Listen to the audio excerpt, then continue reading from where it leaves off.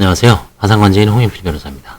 이번 시간에는 2015년 9월 8일 선고된 59년생 남자분 케이스를 한번 보겠습니다. 주거 이력은 2001년부터 2009년까지 자가였습니다. 배우자 소유, 이혼 재산 분할로 포기했습니다. 2009년부터 현재까지는 아파트에서 무상거주하고 있습니다. 누나 명의의 LH공사 임대아파트에서 보증금 1,395만원에서 월 18만원. 그 다음에 2014년에서 10년 사이에는 무상거주입니다. 지인의 며느리 임차 보증금 2천에 월 40만원. 이분은 이제 직업 이력을 보시면 93년에 2009년까지 철망 판매업, 도소매 사업을 하신 것 같아요. 자영업이었죠. 2009년부터 현재까지는 보일러 설치 등 건설 일용직의 설비죠, 설비 종사하고 있습니다. 2009년 3월에 이제 파탄이 났는데 이 철망 사업 실패하는 바람에 10년 동안 서울에서 철망 도소매 사업을 하였습니다.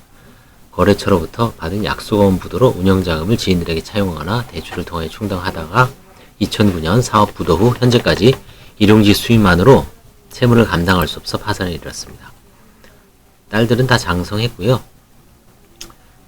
잘 연락이 안 되는 상황이죠. 채무는 9,180만원입니다. 대부분 다 물품 대금입니다. 거래처.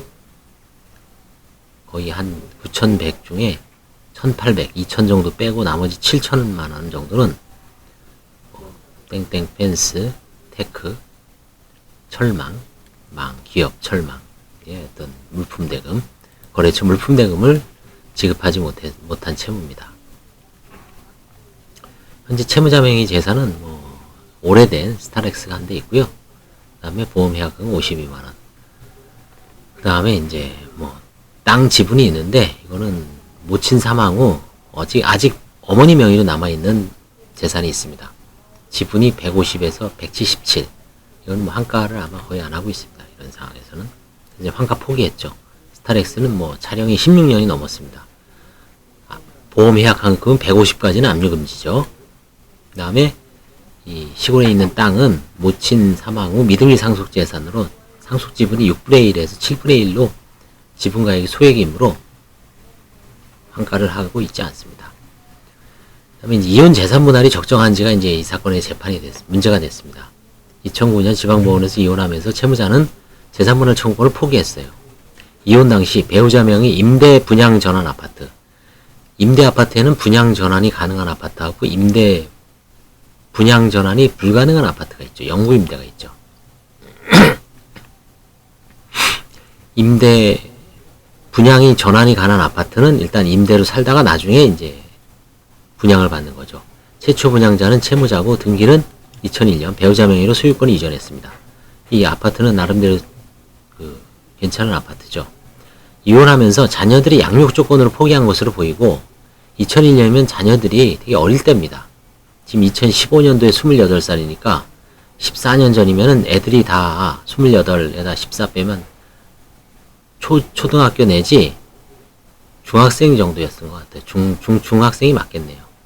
얘는 초등학생, 둘째는 초등학생이고 큰 애는 중학교 한 1학년, 2학년. 그쵸?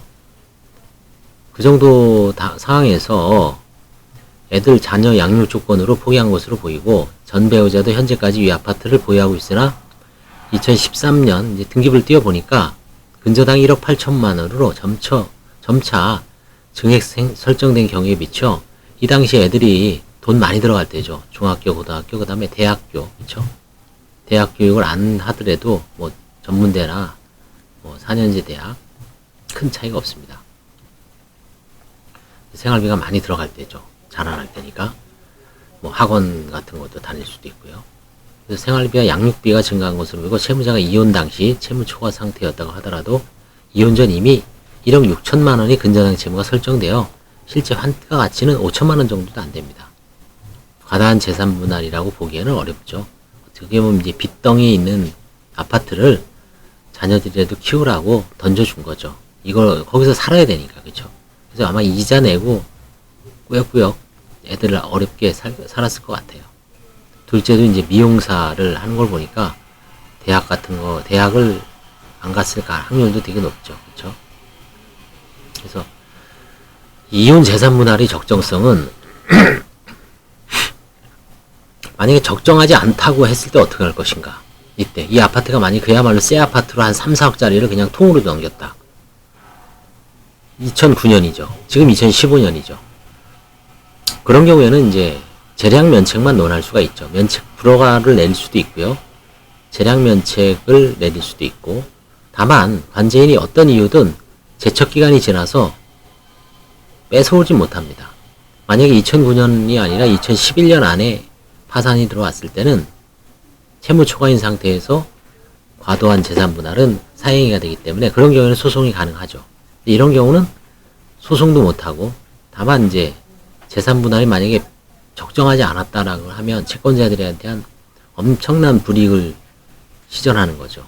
그랬을 때는 면책 불허가로 따끔하게 종결할 수도 있기 때문에 이혼 재산 분할은 어떤 시기에 상관없이 관제인이 꼼꼼하게 본다고 할 수 있습니다. 그래서 이혼 재산 분할 같은 경우는 많은 고민을 하셔야 될 것 같습니다. 그래서 지금 본 사안에서는 이혼 재산 분할은 적정하다라고 보고 면책 허가 의견을 올렸고 바로 파산 절차는 폐지되고 면책이 인용된 사안입니다. 감사합니다.